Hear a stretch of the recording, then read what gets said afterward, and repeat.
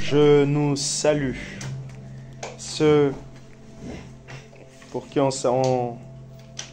je n'ai pas dit bonjour de vivre de plus près. Bonjour à ceux qui sont en ligne. Salut Pragma. Salut Gaël. Linda. Bonjour à nous tous. Prenez avec moi sans plus tarder 2 Corinthiens 5. 2 Corinthiens, le chapitre 5. Les écrits de l'apôtre Paul. Un auteur extraordinaire, extrêmement oint, extrêmement inspiré, extrêmement profond. Avant d'aller plus loin, j'aimerais que nous puissions accueillir ne sont pas l'invité, en tout cas une invitée et quelqu'un qui connaît déjà un peu la maison. Je vais commencer par Olivier, qui est le papa de Lancelot. Pour ceux pour qui c'est la première fois, voilà, vous voyez le papa de Lancelot, et puis je vous laisse dire s'il ressemble à son père ou pas. C'est toujours le premier réflexe qu'on a. Et à côté de Lancelot, Justine, nous l'accueillons aussi, qui est une amie à Lancelot. Hola, ¿qué tal? J'étais bien? Voilà, je m'arrête là, vous avez compris. C'est toujours le petit réflexe, quand tu connais une langue, tu dis toujours ce que tu sais, et puis le reste, tu après. Tu t'enfouis. Donc nous sommes contents de t'avoir parmi nous. Donc on va discuter, on va faire connaissance à la fin de la réunion. Et puis pour nous autres habitués, je vous salue aussi.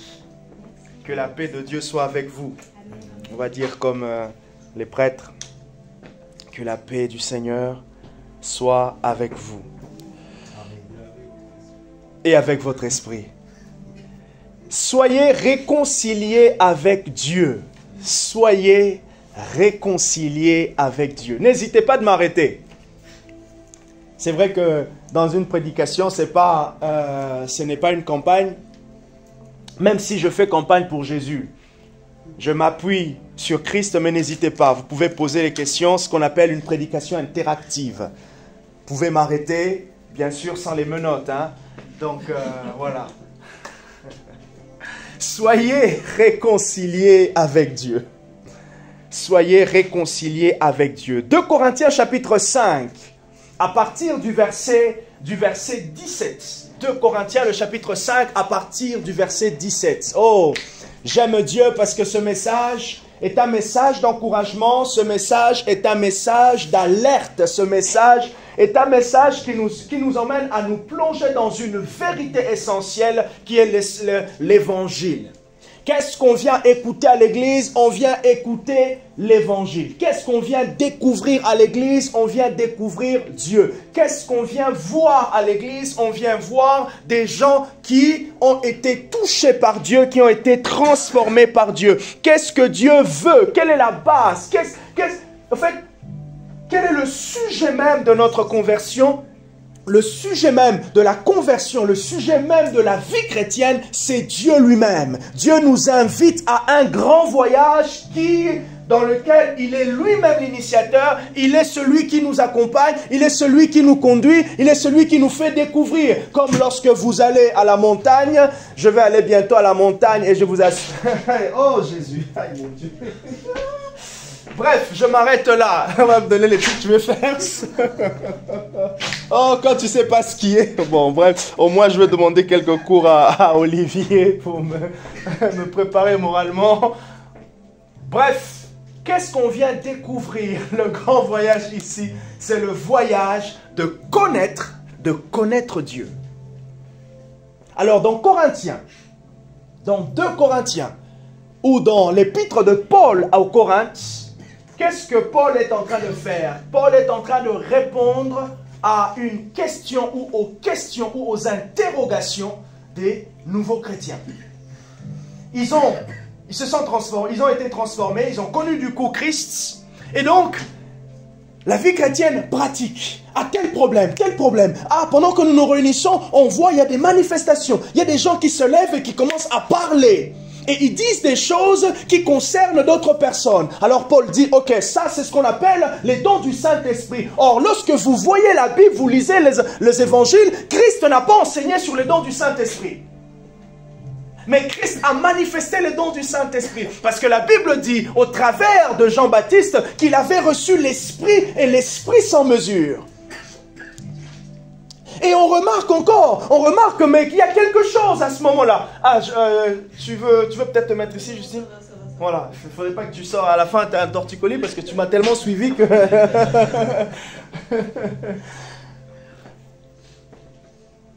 Il avait reçu l'Esprit sans mesure. Christ a reçu l'Esprit sans mesure. Et il a manifesté l'Esprit. Alors Paul répond maintenant aux questions des disciples, des nouveaux chrétiens. Il répond à leurs interrogations, à la vie chrétienne pratique. Et là il se dit, mais ah oui, là, il y a telle personne qui se convertit, mais on a l'impression qu'il ne vit pas bien, il refait encore les mêmes choses. 1 Corinthiens chapitre 3, verset 16, Paul leur dit, hey, votre temple est maintenant le temple du Saint-Esprit. Arrêtez vos choses là d'avant. Votre vie d'avant est crucifiée avec Christ. Voilà les épîtres. La vie chrétienne pratique. Et avant de pouvoir parler de la vie chrétienne pratique, il les emmène quand même dans ce qui est fondamental et doctrinal. Je l'ai dit l'autre fois. Et c'est ainsi que les épîtres sont toujours constituées de deux grandes parties. La partie doctrinale, et là, Paul enseigne et il explique qui est Jésus. Il explique, c'est intéressant, lorsque vous lisez les évangiles, vous voyez la vie de Jésus. Par contre, lorsque vous lisez les épîtres, vous comprenez pourquoi Christ. Et c'est là qu'on parle de l'enseignement doctrinal. Et l'ensemble, ça constitue ce qu'on appelle l'évangile. Et là, regardez ce qu'il dit dans cette portion. Le verset 17, c'est ce que l'on connaît tous. On le répète, si quelqu'un est en Christ, il est une nouvelle créature. Les choses anciennes sont passées. Voici, toutes choses sont devenues nouvelles. Il parle simplement de la conversion, le fait de pouvoir changer.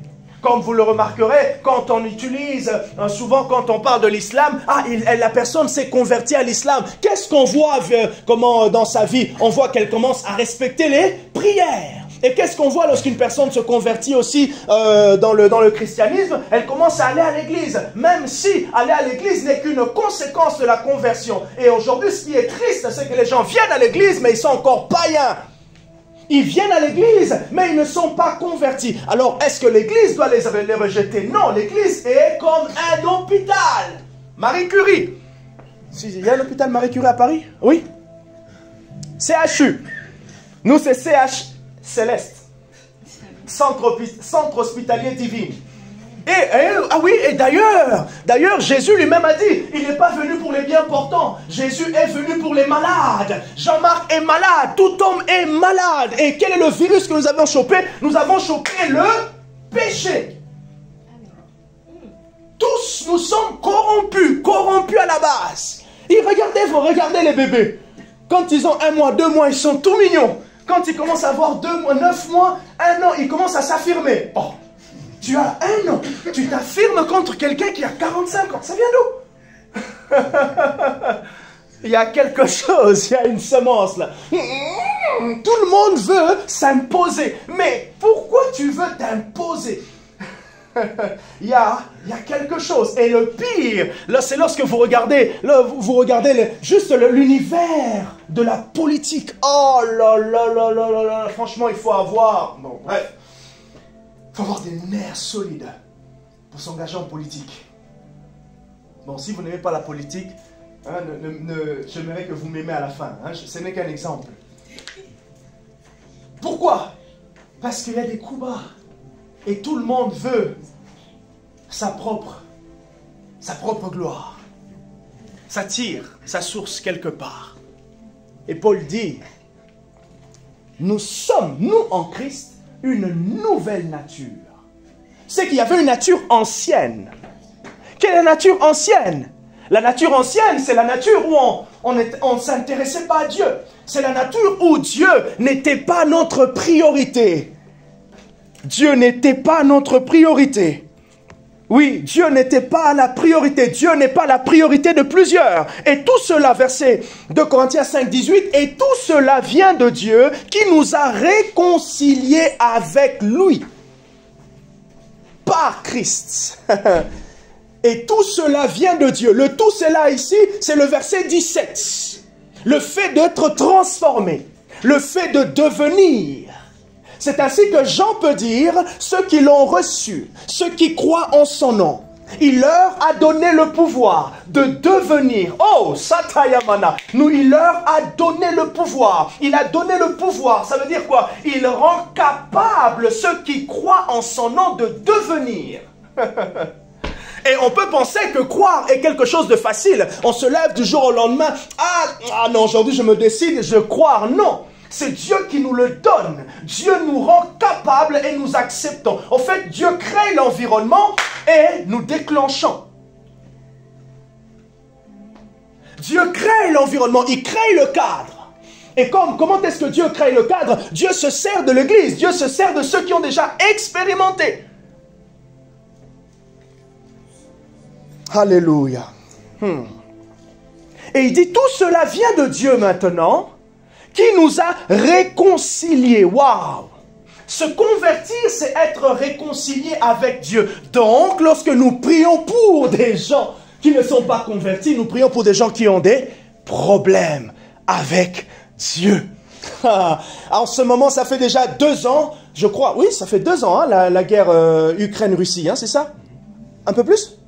Un peu plus? En février, 3 ans. Ah ouais, waouh, ben dis donc, ça court. 3 ans bientôt. Donc, ils sont en conflit.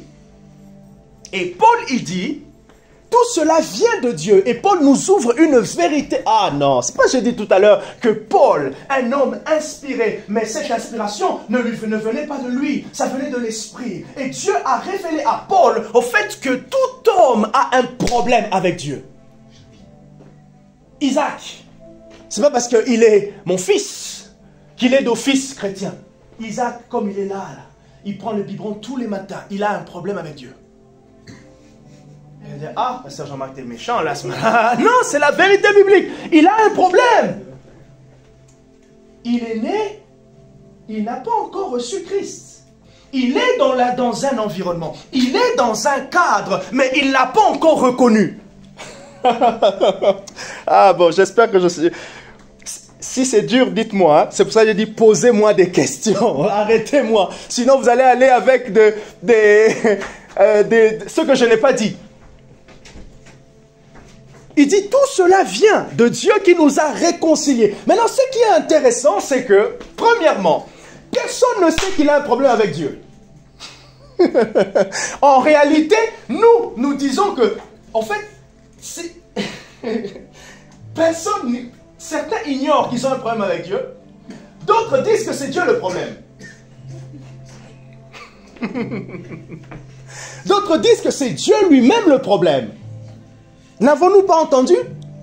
Mais si Dieu existait, pourquoi il ne serait pas levé pour aller arrêter la guerre entre l'Ukraine et la Russie? Mais moi je vous pose la question. Est-ce que eux, quand ils ont commencé la guerre, ils ont pensé un peu à aller poser la question à Dieu pour qu'il vienne l'arrêter? Qui sont concernés dans ce message de la réconciliation? Tous les athées. Qui sont concernés par le message de la réconciliation? Tous ceux qui pensent qu'ils n'ont pas de problème avec Dieu. Et Dieu nous dit, en réalité, tu as un problème avec moi. Regardez le verset 19, je continue. Car Dieu était en Christ, réconciliant le monde.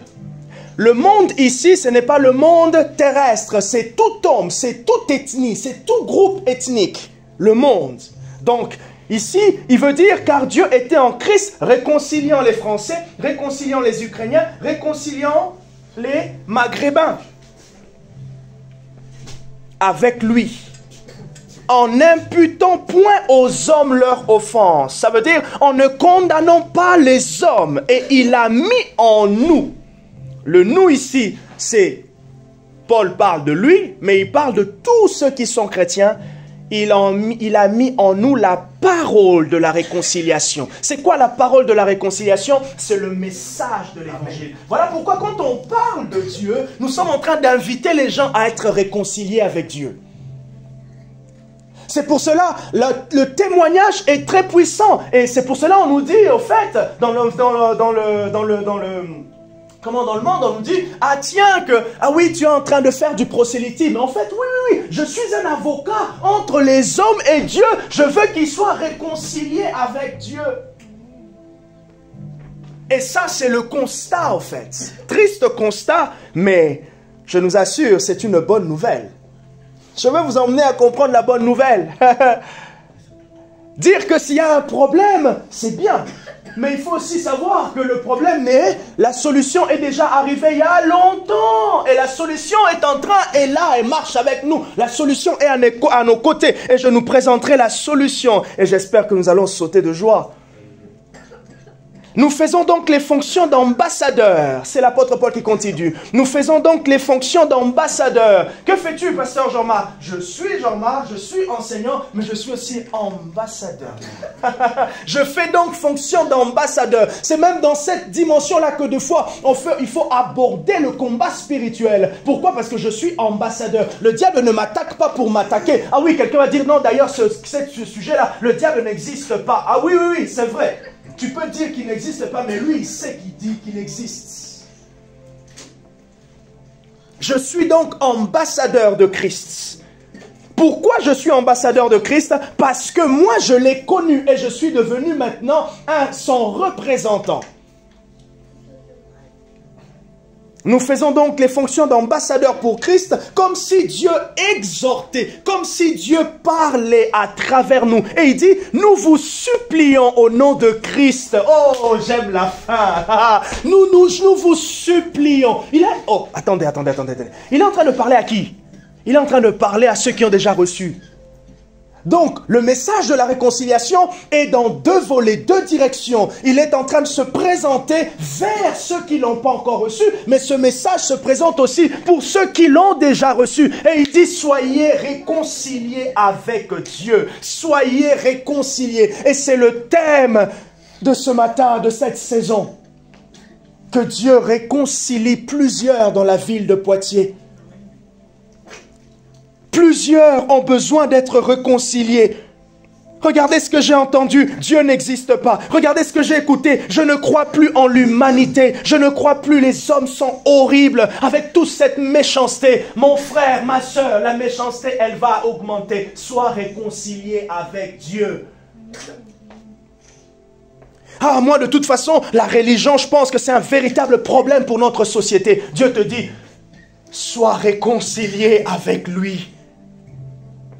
Ah, moi je n'ai plus confiance au pasteur. Ce sont tous des aventuriers. D'ailleurs, regarde, il est jeune. T'as vu? Il a fait ça pour avoir un deuxième salaire. S'il te plaît, sois réconcilié avec Dieu.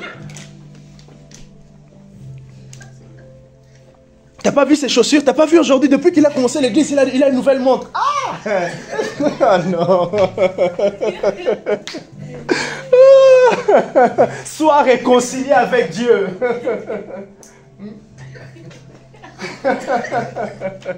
Ah, mais on entendra des choses, hein. Ah, attendez. Ah, l'église WSM. T'as vu, depuis juste l'église a passé la barre des 100. T'as vu comment il a acheté une nouvelle voiture?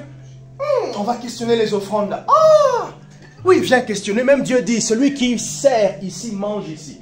Dieu même lui-même, il sait que j'ai le droit de me servir.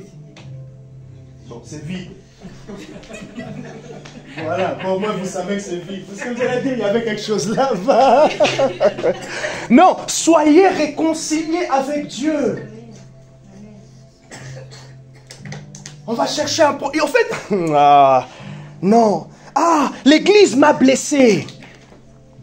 L'église m'a blessé. Oui, c'est vrai. Et j'ai bien aimé la réponse de quelqu'un qui a dit, oui, c'est l'homme qui t'a blessé, ce n'est pas Dieu. j'ai un problème avec l'église. Oui, tu as un problème avec les hommes qui constituent l'église. Tu n'as pas un problème avec Dieu. Dieu n'est pas le problème de la société. Ce n'est pas Dieu qui a dit à M. Macron de casser l'Assemblée. Non. Dieu n'est pas le responsable. D'ailleurs, Dieu est plus que responsable. Pourquoi? Parce que Dieu a révélé la solution. Il a donné la solution. Et maintenant, la question, est-ce que tu es prêt maintenant à comprendre, à accepter et à recevoir la solution? C'est facile aujourd'hui de dire que, les pasteurs, le ceci, le cela, d'accord. Est-ce que tu peux maintenant aller dans un endroit où tu peux être accueilli? Ou sinon aller dans un endroit où toi-même tu peux accueillir l'autre. Soyez réconciliés, il dit, je vous en supplie, soyez réconciliés. On ne peut pas vivre pleinement la grâce de l'évangile. On ne peut pas vivre Dieu sans la réconciliation. J'espère que je trouve les mots. J'aimerais nous aller plus loin. Regardez. Je me suis hasardé de me poser la question parce que c'est un texte que je connaissais déjà. Soyez réconciliés avec Dieu, ainsi de suite. Je connaissais déjà. Dieu nous a réconciliés avec lui par Christ. Dieu nous a réconciliés avec lui par Christ. Dieu ne nous a pas réconciliés avec lui par Bouddha. Dieu ne nous a pas réconciliés avec lui par Mahomet. Dieu ne nous a pas réconciliés avec lui par une autre personne. Confucius. Dieu ne nous a pas réconciliés avec lui par Mao Tse-Tung. Dieu ne nous a pas réconciliés avec lui avec un autre. Ah oui, pourquoi simplement Jésus, pourquoi simplement le christianisme, mais toutes les religions? La Bible a dit clair, mais enfin, voilà. Dieu ne nous a pas réconciliés avec lui par un autre chemin. Il nous a réconciliés avec lui par Christ. Regardez, le terme ici, réconcilier, dans le verbe grec, ça signifie pratiquer le change, comme lorsque vous êtes en train de changer la monnaie. Je me rappelle, lorsque Lancelot est parti au Mexique, qu'est-ce qu'il a fait? Il a pris quelques, je pense même lorsque vous avez voyagé, pour le rejoindre, vous avez pris quelques monnaies en euros, vous avez échangé pour avoir la monnaie mexicaine là-bas, lorsque vous arrivez. Et lorsque Paul est en train de dire, soyez réconciliés avec Dieu, Paul est en train de nous dire, regardez, Dieu a fait un échange avec Christ pour vous. Est-ce que ça, ce n'est pas puissant?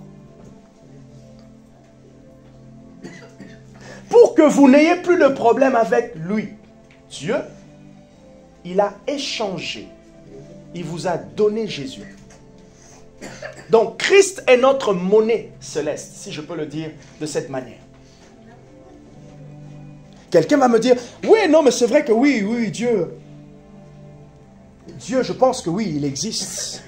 Quelqu'un va me dire, oui, c'est vrai que la notion de Dieu, non, il y a un créateur, il y a un être suprême. Mais tu sais, Jésus, c'est pas évident. Mais il est la monnaie. C'est comme quelqu'un qui accepte l'euro, mais il ne veut pas avoir la pièce avec lui. Il accepte la monnaie, mais il ne veut pas avoir la monnaie avec lui.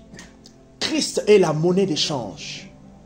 Soyez réconciliés avec Dieu, ça veut dire Dieu a pratiqué l'échange. Et c'est Dieu qui a pratiqué. Ce n'est pas nous qui avons donné à Dieu la monnaie. C'est lui qui nous a donné la monnaie. C'est pour cela on dit on reçoit maintenant par la foi. Si je mets ma main dans ma poche et je donne à Nicole, c'est Nicole maintenant qui reçoit. Et c'est Dieu qui est à l'initiative de pouvoir donner aux hommes.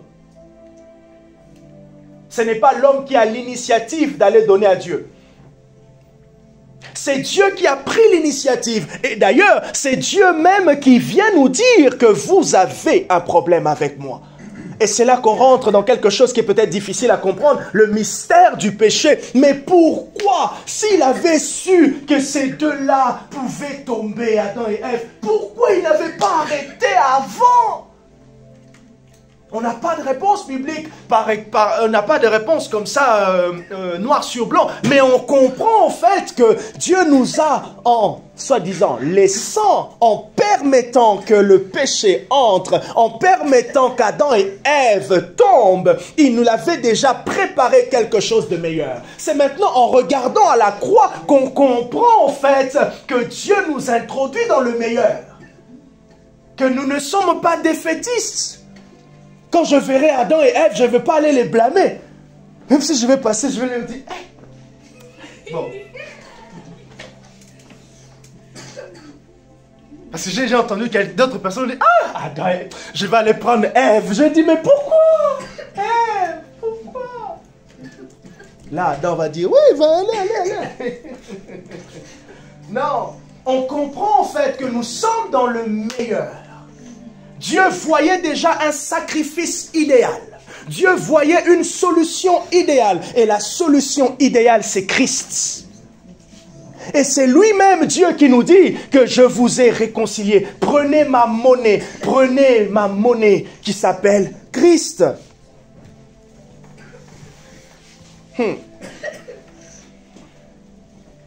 Et Dieu, en nous donnant Jésus, a résolu le problème. Parce qu'en réalité, la religion est un problème. L'humanité, je ne crois plus en l'humanité. Dieu n'existe pas. L'Église m'a blessé. Ah, de toute façon, moi, je ne pense pas que je mérite Dieu. Comme quelqu'un m'a dit dimanche dernier, ah, je crois que je ne prie pas assez. Je ne prie pas assez pour que Dieu puisse faire quelque chose pour moi. Dès qu'on me l'a passé, j'ai dit, oh, je vais contourner. J'ai dit, Seigneur, merci parce que je vais contourner ça, parce que ce n'est pas ça le problème. Je ne fais pas assez pour que Dieu me touche. Je ne viens pas assez à l'église pour que Dieu me touche. Mais Dieu te dit, en fait, il faut que je te touche pour que tu viennes assez. Comment tu veux venir assez au moment où moi, je n'ai encore rien fait? Vous voyez? Pour certaines personnes, je ne mérite pas. En fait, en réalité, Dieu nous dit, en fait, vous tous, vous ne méritez pas. Vous tous, vous ne me méritez pas. C'est ce qu'on appelle la grâce. Personne ne méritait Dieu. Vous me voyez prêcher comme ça avec toute vigueur, conviction, parce que je ne le méritais pas. Mais c'est parce qu'il nous a fait la grâce. Il est venu vers nous. Ce que j'aime, comme si vous voulez comprendre la grâce, allez-y, sortons, et là je vous dis, je paye pour toi. Oh non, tu sais que tu as l'argent, tu sais que tu as la possibilité de pouvoir payer, mais quelqu'un d'autre dit, je suis passé avant, tu peux simplement récupérer. Mais en ce qui concerne le salut, nous ne pouvons pas payer, nous ne pouvions pas payer. Si je t'amène à l'ami Kaline, tu peux payer ton sandwich, moi aussi. Mais en ce qui concerne le salut, personne ne pouvait sortir de sa propre poche. Personne ne pouvait se dire, je me mets sur la croix et j'accepte les clous. Ah! Même pour Barbara, j'aurais du mal à le faire. En tout cas, pas celle-là. Ou du moins, le premier clou, le pasteur Jean-Marie est mort. Parce que la douleur... Imagine juste, tu te cognes, le petit doigt là, quand tu te cognes à côté de la table là. Ah non, ça c'est une douleur, t'as l'impression que même le cerveau a crié. Ça me fait trop mal. Hein. Ça vous est déjà arrivé? Oui. Ça peut arriver à tout le monde. Hein. Et le pire, c'est surtout, ça arrive quand vous faites rentrer de nouveaux meubles. On dirait que le nouveau meuble dit, je vais montrer que je suis entré. Bref, juste pour dire, personne ne pouvait, personne n'était capable de pouvoir payer la croix. Et cette dame m'a dit, ah oui, je ne peux pas, je ne mérite pas. Je lui ai dit, non, écoutez, c'est pas ça. Ce que Dieu veut, c'est que maintenant, est-ce que vous pouvez le recevoir? Oh là là, j'ai commencé à l'exhorter, je l'exhortais, je lui donnais une parole de connaissance, je l'exhortais, je lui donnais une parole de connaissance. Et je lui ai dit, voyez, tout ce qui est en train de se faire, Dieu est simplement en train de vous dire que c'est lui qui vient à vous. Et elle s'est dit, ah oui, ah ben oui, je le veux là. Ben, en réalité, c'est ça. C'est que c'est lui qui se donne à nous. Et lorsqu'on comprend maintenant que c'est lui qui a fait le premier pas, on se pose la question, mais du coup, quel pas tu veux que je fasse? Parce que pour l'homme, si il se dit, c'est moi qui ai fait le pas, Dieu dit, mais non, tu seras trop orgueilleux. Et laissez-moi vous dire clairement, Dieu saisit pour lui sa propre gloire. C'est un roi. Il veut vraiment, et en ce qui concerne le salut, que rien ne vienne de nous. Pourquoi? Parce qu'il nous préserve de celui qui a emmené la semence de l'orgueil, à savoir le diable, l'ennemi. Afin qu'aucun homme ne se glorifie. Et il a résolu le vrai problème en nous donnant Christ comme une monnaie d'échange. Christ comme une monnaie d'échange. C'est ce que l'on présente aux hommes lorsqu'on leur dit « Croyez en Dieu ». Nous sommes en train de le réconcilier avec Dieu. Pendant que tu pries, nous prions pour la conversion, nous prions pour le salut dans la vie. Nous sommes en train de déclarer spirituellement, soyez réconciliés avec Dieu. S'il vous plaît, pourquoi vous allez demeurer avec des problèmes? Et le pire, c'est que ces gens ne savent pas qu'il y a un problème. Et c'est Dieu qui sait qu'il y a un problème. Et puisque Dieu sait qu'il y a un problème, il s'est lui-même présenté. Il est lui-même venu à travers Christ par l'Église et par les croyants. Est-ce que nous sommes prêts à le recevoir? Est-ce que nous sommes prêts à être acteurs de la réconciliation? Est-ce que nous sommes prêts à être acteurs de la réconciliation autour de nous, acteurs de la réconciliation dans le monde, acteurs de la réconciliation dans nos familles? Éphésiens chapitre 2, on peut le noter. Éphésiens chapitre 2, à partir du verset 11 jusqu'au verset 16. Je vous lis le verset 16. Il est dit, et de les réconcilier l'un et l'autre en un seul corps avec Dieu par la croix en détruisant par elle. Donc la croix, l'inimitié. Je répète. Éphésiens chapitre 2, verset 11 jusqu'au verset 16. Que dit l'apôtre Paul? Il explique premièrement que nous étions tous loin de Dieu. Et puisque nous étions loin de Dieu, nous ne pouvions pas jouir de tout ce que Dieu offre. Et maintenant il dit, à travers Jésus, Dieu a brisé, Dieu a séparé. Et maintenant ce qui est intéressant, c'est que dans le contexte, l'apôtre Paul dit, ceux qui sont d'origine juifs et ceux qui ne le sont pas, donc tous les autres qu'on appelle les gentils, Dieu nous a réconciliés en un seul homme qui s'appelle Christ. C'est pour cela, vous voyez maintenant que en Jésus, juifs, français, congolais, béninois, togolais, tout le monde, nous sommes réunis en un seul. Et il dit, nous avons tous été réconciliés parce que Dieu a brisé ce qui nous séparait de lui. Pendant qu'on intercède pour le salut de la ville, nous sommes en train de dire à Dieu, Seigneur, brise ce qui sépare cet homme de toi. Oh, n'est-ce pas puissant? N'est-ce pas puissant? N'est-ce pas puissant? Seigneur, brise ce qui les sépare de toi.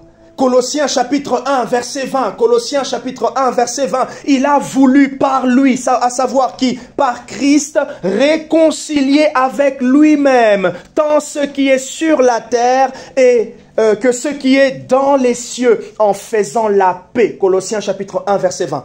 En faisant la paix par lui, par le sang de la croix. Je répète, il a voulu réconcilier tout avec lui-même. Colossiens chapitre 1, à partir du verset 15 jusqu'au verset 18, l'apôtre Paul présente Christ comme étant l'image du Dieu invisible. Et il dit, tout ce qui a été créé pour lui et par lui. Et il dit maintenant, pour terminer, tout ce qui a été fait avant, c'était dans le but de réconcilier. Dans le but de réconcilier. Il dit tant les choses qui sont sur la terre que les choses qui sont dans le ciel. Et comment il a fait? Il a dit, il a fait la paix avec lui, lui-même. Je reviens sur mon texte de 2 Corinthiens, le chapitre 5, le verset 19. Regardez ce qu'il est dit. Car Dieu était en Christ, réconciliant le monde avec lui-même. réconciliant, non pas le monde avec eux-mêmes, mais réconciliant le monde, réconciliant les groupes, les ethnies, les hommes avec lui, Dieu. La grâce et la portée de l'évangile est tellement extraordinaire qu'elle nous plonge dans une vérité qui dépasse l'entendement. Et cette vérité nous dit que Dieu a réconcilié les hommes avec lui-même. Dieu a réconcilié les hommes avec lui-même. Est-ce que ça va? Amen. Dieu a réconcilié les hommes avec lui-même. Donc Dieu de son côté est en paix. Dieu, il est tellement en paix et il n'attend que la joie de la réconciliation manifeste. C'est pour cela la Bible dit qu'il y a de la joie pour un seul pécheur qui tourne, qui se tourne vers lui. Il y a de la joie pour un seul pécheur qui se convertit. En fait, il y a de la joie pour cette personne qui embrasse, qui accueille, qui accepte, qui reçoit, qui comprend, comme on disait tout à l'heure, Matthieu 18, versets 1 à 2, 1 à 5, comme un enfant qui reçoit la grâce de la réconciliation. La grâce de la réconciliation. Regardez ce qui se passe. Pour quelle raison? Pour quelle raison être réconcilié? Quels sont les bénéfices? Je nous en donne 5. Il y en a plusieurs. Premièrement, la paix. Qui n'aime pas vivre en paix?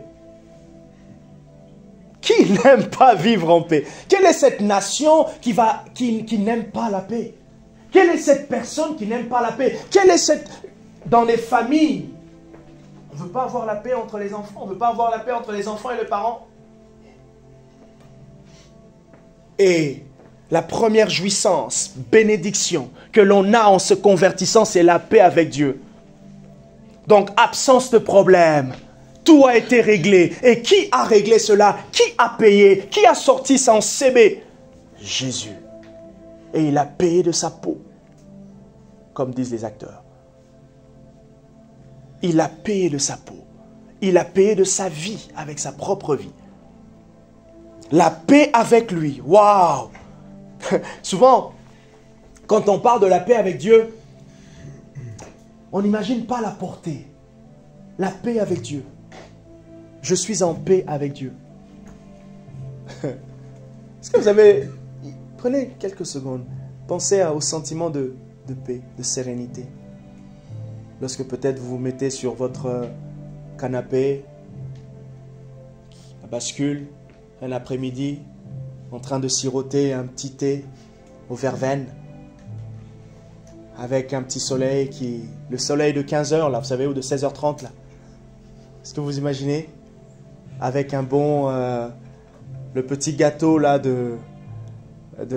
d'Alsace, gâteau au beurre, là. Bon, vous commencez à avoir faim. Est-ce que vous voyez ce sentiment de sérénité, là?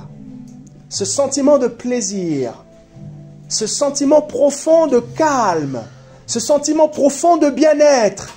Et c'est au-delà de ça, la paix avec Dieu. Au-delà de ça, la paix avec Dieu. J'ai envie de rentrer, de retrouver mon canapé. C'est au-delà de ça. Moi j'aime lorsque je conduis. Et pendant que je conduis, je voyage. Je suis quelque part. C'est tout pour moi, ça me suffit. Ça me suffit. Ce sentiment, au-delà de ça, c'est plus que ça, la paix avec Dieu.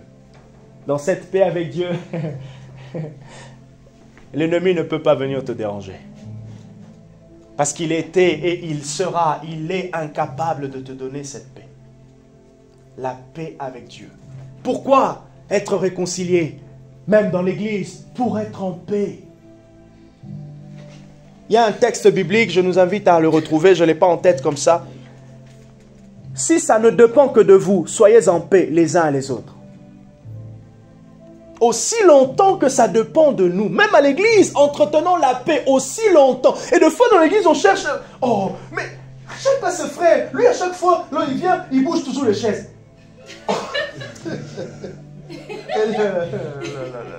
Et donc, du coup, ça fait un problème. Non. Donc, toi, tu es toujours dérangé parce que les chaises... Demandez une fois à Marie, des fois, je peux être pas... Chaque fois que je rentre ici, si je suis tout seul, je range toujours les chaises. Mais ça ne m'embête pas. Je suis en paix avec moi.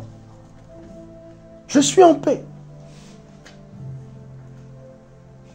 Soyez en paix. Et là où il y a la paix, il y a l'Esprit de Dieu. Là où il y a la paix, il y a la joie. Là où il y a la paix, Dieu se meut facilement.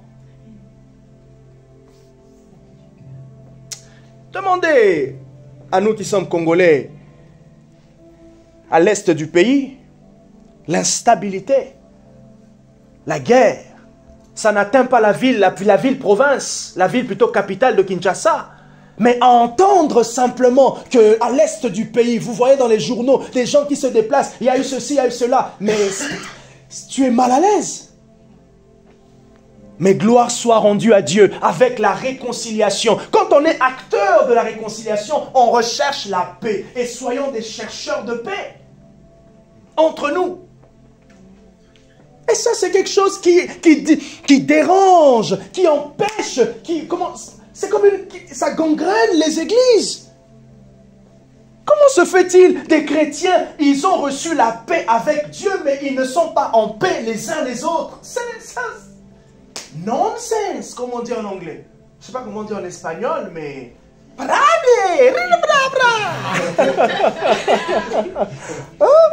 Bon, vous avez compris, moi, j'ai parlé un peu en langue, j'ai parlé en espagnol. Seuls les anges de Dieu ont compris. Non! Tu n'es pas en paix avec ton pasteur. Et encore pire, le pasteur n'est pas en paix avec toi.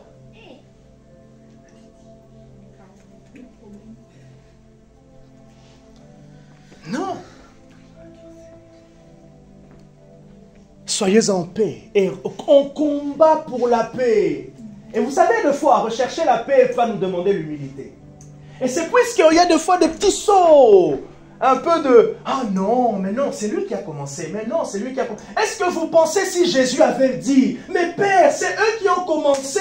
Est-ce que vous croyez que Jésus allait venir? »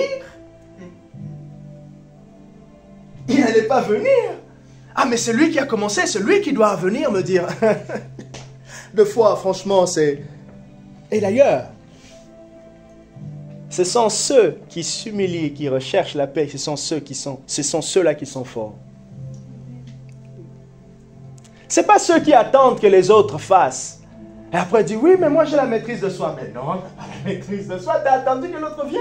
La vraie maîtrise de soi, c'est la personne qui sait que ce n'est pas elle le problème, mais elle va entretenir la paix en cherchant, en allant vers celle, peut-être qui avait un problème. Hein? Oui. Trop d'ego et on se retrouve avec des Legos dans l'église. Bon, c'était un jeu de mots. Elle est bien trouvée quand même. Ah non, bah attends, elle fait... Quand même. Bon, ça c'est l'humilité pastorale. Non, je rigole. Non, soyons en paix. Deuxièmement, bienfait de la réconciliation, on retrouve l'identité en Dieu. Pourquoi? Parce que cette identité, l'identité d'être appelé enfant de Dieu, on ne l'avait pas, mais c'est la réconciliation avec Dieu qui nous la donne. L'identité d'enfant de Dieu. S'il n'y avait pas la réconciliation avec Dieu, personne ne pouvait s'appeler chrétien, personne ne pouvait s'appeler enfant de Dieu. Aujourd'hui, on boste devant le diable, on marche, je suis chrétien, on a dans nos voitures, on met les insignes là du poisson, dans nos voitures, on écoute les chants et tout ça, simplement parce que Dieu s'est humilié. J'ai parlé tout à l'heure de l'humilité, merci Saint-Esprit. C'est nous qui avons un problème. Jésus s'est humilié pour arranger le problème avec nous. Tu veux savoir si tu es humble? Pose-toi la question, est-ce que tu es un chercheur de paix? Surtout lorsqu'il y a un problème. Des fois, ça se retrouve comme ça, on dispute là dans les couples, on dispute avec Barbara, voilà, un peu. Et après, c'est elle qui vient. Chérie, Oh. Et là, moi, je boude un peu. Ah. Mais, vous savez, surtout si, comme je l'ai dit, c'était moi qui devais commencer le pas. Ah, là, c'est une douche chaude. Hein. C'est plus une douche froide qu'elle m'a lancée. Parce que elle a fait le pas de briser la glace. Et notre identité se retrouve. La paix reste. Et dans Poitiers, ah, moi je ne vais plus à l'église. Ah, moi je suis seul. La personne n'a pas recherché la paix. La personne n'a pas recherché la paix. Je dis premièrement la paix avec Dieu, deuxièmement l'identité d'enfant de Dieu, troisièmement la miséricorde. Ah, la miséricorde, la faveur, la grâce. La miséricorde. Dieu nous a fait miséricorde. Je cherche un exemple.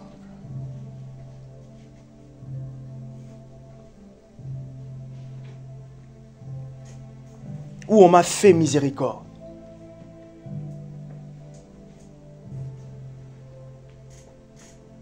Bon, là ça ne vient pas comme ça, mais miséricorde. Dieu est un Dieu miséricordieux. Luc chapitre 7, vers le verset 30. Jésus se retrouve dans un repas et une femme vient. Elle brise un vase avec qui contenait du parfum d'albâtre. Le parfum touche les pieds de Jésus. Imaginez, à ce temps-là, terrain poussiéreux, chaussures, ce n'est pas celle que j'ai, c'est des sandales. Et là, elle a essuyé avec ses cheveux. Elle a essuyé le sable. Ah là là. Essayez juste d'imaginer. Lorsque vous nettoyez les pieds de quelqu'un, vers le 15 juillet, il fait chaud. J'ai pris la date exprès. Le pied a bien transpiré. Lorsque vous êtes sorti le matin à 8 heures, le soleil était déjà présent depuis 7 heures. Vous êtes sorti toute la journée, vous revenez à la maison à 20 heures. Vous n'avez plus... Ah, vous enlevez la chaussette.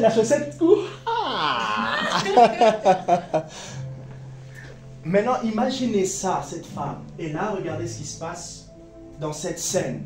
Quelqu'un dit, mais on pouvait prendre ce parfum, on l'amène chez LVMH. On fait l'échange. C'est de l'argent pour nous.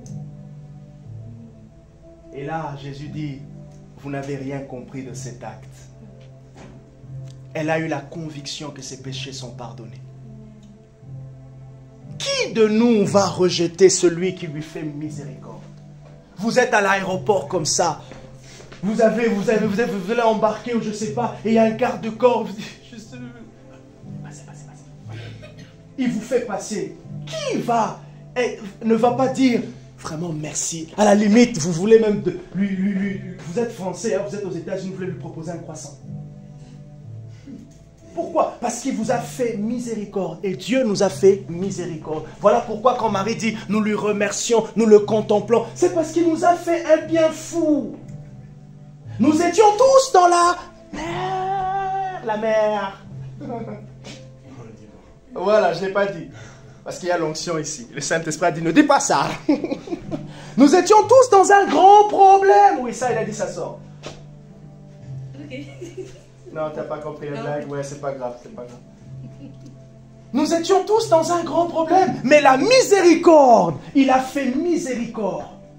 Il nous a fait miséricorde. Parce que devant lui, nous tous, au banc des accusés. Il y a un excellent livre, écrit, je crois, par C.S. Lewis, Dieu au banc des accusés. Non, c'est pas Dieu Qui doit être au banc des accusés? C'est nous qui devons être au banc des accusés. Et gloire soit rendue. Il a envoyé un avocat. Il a envoyé un avocat. Il n'avait pas l'orange. Il n'avait pas la tomate. Il n'avait pas une mangue. C'était un avocat. Et il s'appelle Jésus. Il est venu avec un costard. Le costard de la croix.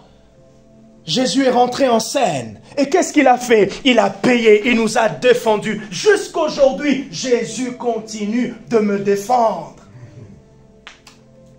Voilà la miséricorde.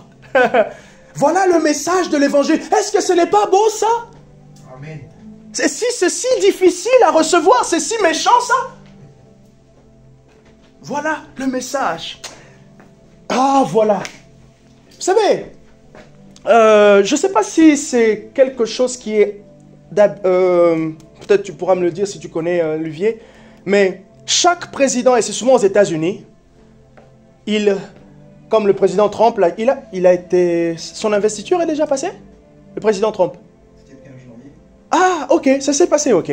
Donc, dans son investiture, il y a des prisonniers ou des personnes qui vont gracier. Ça veut dire quoi? Casier judiciaire. Vide. À chaque fois que je remplis mes documents, de fois on me demande mon casier judiciaire. J'ai pas de problème. Et dans la barre, c'est marqué, c'est barré parce qu'il n'y a rien. C'est ce que Jésus a fait. Oh. Casier judiciaire de Jean-Marc. 0. Et pourtant, il avait un problème. Voilà la miséricorde. Jésus nous a graciés. Pendant qu'on adore, on adore aussi pour ça. Il nous a graciés. Nous n'avons plus de problème. Notre casier judiciaire est vide. Imaginez maintenant, vous avez un casier judiciaire. Oui.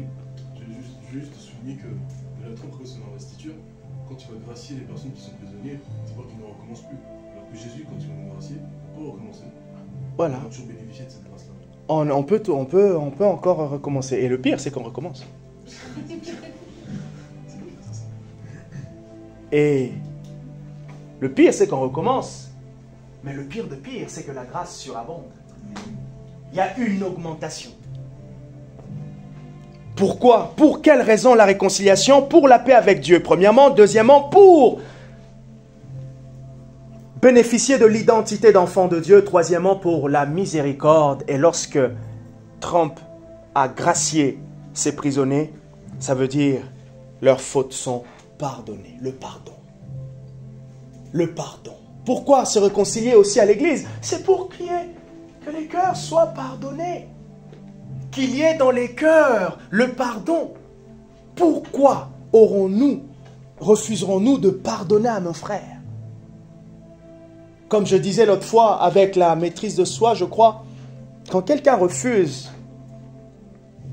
de pardonner à quelqu'un, c'est que la personne lui retient quelque chose. Même Dieu lui-même ne retient pas aussi longtemps lorsqu'on demande pardon. Comment se fait-il que nous retenons aussi longtemps? Et nous nous enorgueillissons à l'église de retenir longtemps. Ah, moi là, je lui donnerai le pardon si elle vient comme ça. Là. Ah. Oh. Avec l'audace. Au lieu de prier comme ça, là, mais elle ne prie pas comme ça. Quand elle prie, elle est... Mais si c'est pour l'audace, pour pardonner à elle, à son ego, elle a tellement de... Non. Et il y en a plusieurs qui courent. Il y en a plusieurs qui sont là, dans l'église. Dans les églises. Et, oui, ils ont du mal à pardonner à leurs frères, mais même à eux-mêmes. Oh, ça c'est encore pire, à eux-mêmes. Sois réconcilié avec toi-même. Regarde-toi dans le miroir. Jean-Marc, sois réconcilié avec toi-même. Pourquoi? Parce que Dieu t'a déjà gracié. Pourquoi aurais-tu un problème avec toi-même? Ah, moi je ne le mérite pas. Oui, c'est vrai, mais maintenant tu le mérites parce qu'il y a quelqu'un qui te couvre de son amour. Sois réconcilié avec toi-même. Oh, mais je t'assure, si je te disais les fautes, les péchés que j'ai, quelqu'un m'a dit une fois, moi j'ai fraternisé avec le diable, Dieu ne peut pas me recevoir. Ah, mais, tu sais, ça c'est même l'occasion pour Dieu de te recevoir. Ah, moi j'ai goûté à des choses qui je ne peux plus revenir en arrière. Je lui ai dit non, tu n'es pas la première personne. Et encore, bonne nouvelle, tu n'es pas la dernière. Il y aura encore d'autres. Et d'ailleurs, même pendant que tu dis ça, il y a certains qui ont fait pire. Et parenthèse que j'ouvre, tout ce que je suis en train de nous dire, là, Dieu ne l'a pas fait aux anges, il ne l'a pas fait aux démons. Ce n'est qu'aux hommes. Les anges dessus sont dessus, il n'y a pas de rédemption pour eux, il n'y a pas de réconciliation avec Dieu pour eux. Ceux qui sont partis sont partis. Et ceux qui sont restés, ils sont restés. Il n'y a pas de rédemption pour les anges. Il n'y a que de rédemption pour l'homme. Quel amour! D'ailleurs, il y a un texte biblique qui dit, qu'est-ce qu'est l'homme pour que tu te souviennes autant de lui? Qu'est-ce qu'est l'homme pour que tu lui fasses autant grâce? C'est ça Dieu. C'est ça Dieu. C'est ça Dieu. La bonne nouvelle est que son amour, comprendre Dieu, nous dépasserons.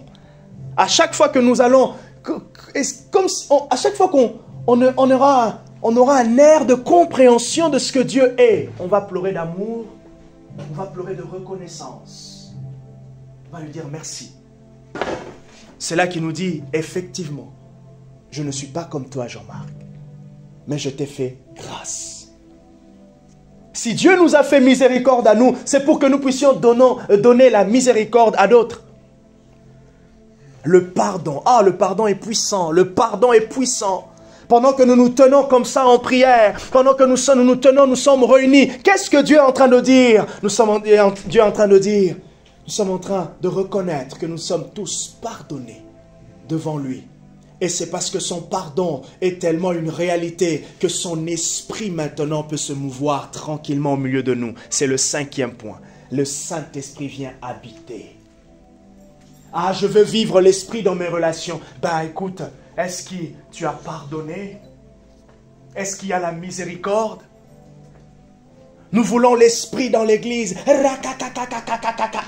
Vous savez, franchement, quand il y a trop de et que certains angles ne sont pas réunis, nous ne sommes qu'en train de nous époumoner avec nos voix. Le 4e point, c'est le pardon.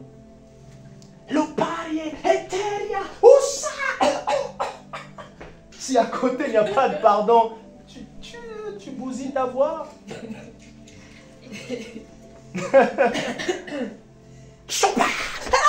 Si à côté il n'y a pas de pardon, économise-toi.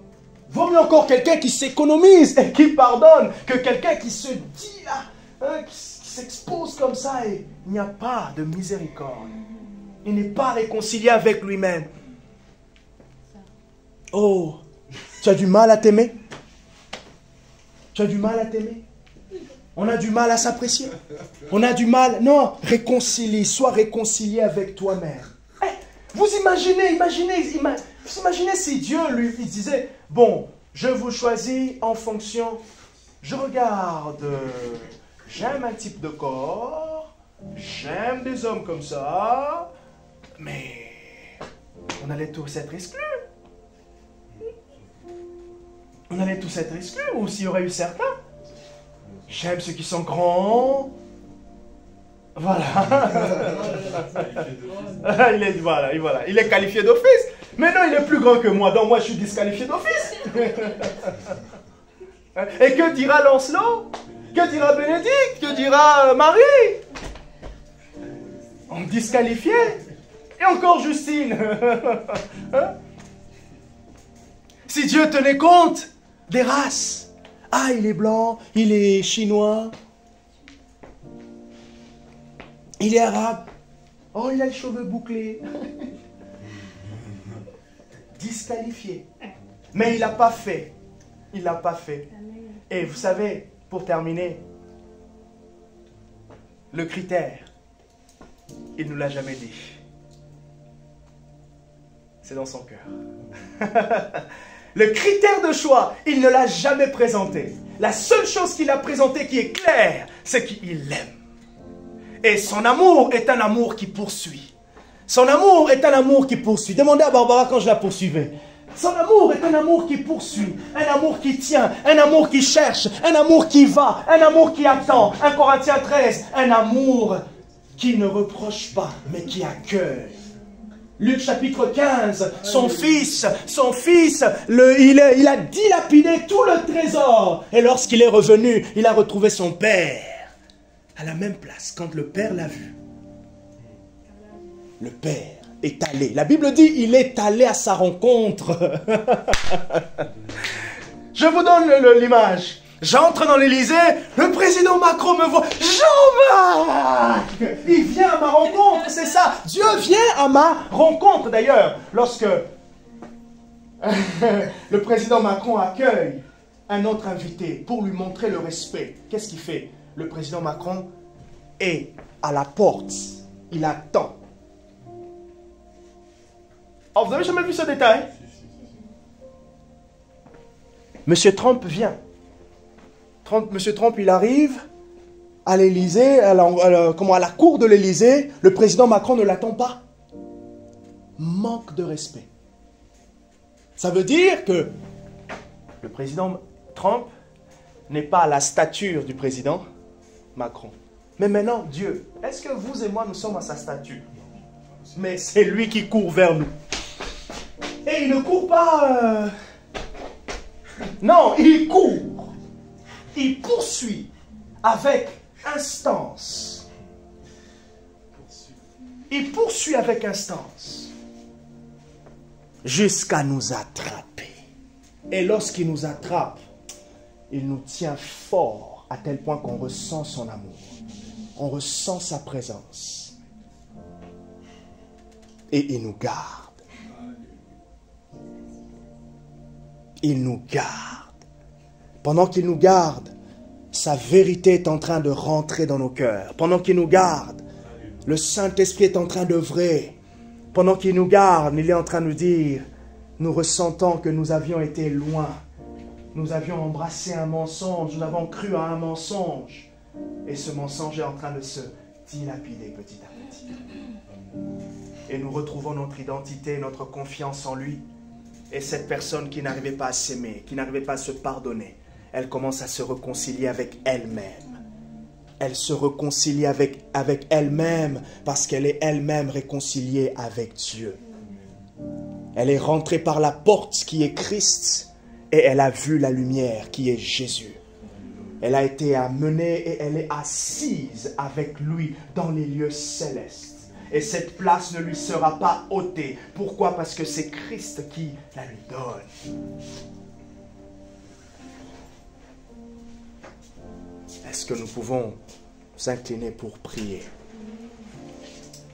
Soyez réconciliés. Nous voulons être des acteurs de la réconciliation. Nous voulons prier pour la réconciliation de plusieurs avec Dieu au travers de l'Église. Pourquoi ils ne viennent plus à l'Église? Parce qu'ils ne sont plus réconciliés avec Dieu.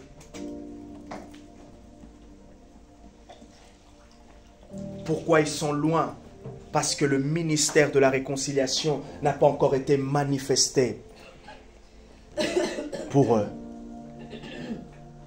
Est-ce que tu peux dire merci à Jésus pour ce qu'il a fait? Il est cette monnaie. Il est cette monnaie que Dieu a donnée en échange pour toi.